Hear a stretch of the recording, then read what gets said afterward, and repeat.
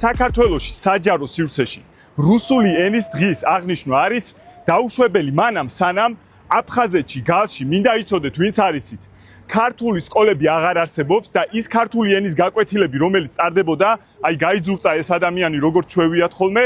ახლა აღარ ტარდება ცხინვალის რეგიონში ქართული სიტყვა იმიტომ აღარ ისმის რომ იქ ადამიან პუშკინი არაფერ შუაშია რუსული ენის დღე აღინიშნება რუსული ენის დღეს აღნიშნავს ეს ადამიანი და კი დავასრულებ ამიტომ სანამ ცხინვალში ქართველები ნადგურდებიან სანამ გალში ქართული ენა ნადგურდება და აი ეს ქვეყანა რომლის წარმომადგენელიც არის ეს ადამიანი და ეხლა გავიდა იქეთ იმიტომ რომ მომერიდა იმიტომ რომ მათი ზნე ასეთი არის არ შეუძლიათ დაუდგნენ პირისპირ სიმართლეს ხო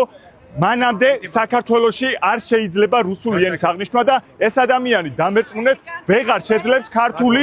საჯარო სივრცის ათვისებას ისე თავისუფლად როგორც ქართული ოცნება სამწუხაროდ მას ამის საშუალებას აძლევს გისურვებთ რომ ყველას გაგეგოთ კარგად რა მტარვალი მტერია რუსეთი და რას აკეთებს ოკუპირებულ ტერიტორიებზე ჩემი მიწიდან გამოგდებული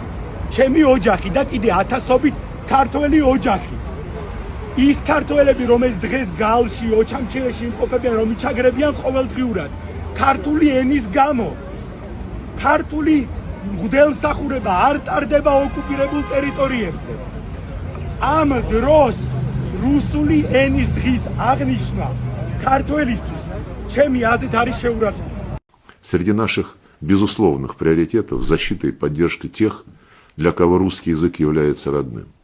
Продолжим решительно противодействовать любым проявлениям языковой дискриминации и русофобии, где бы они ни имели место.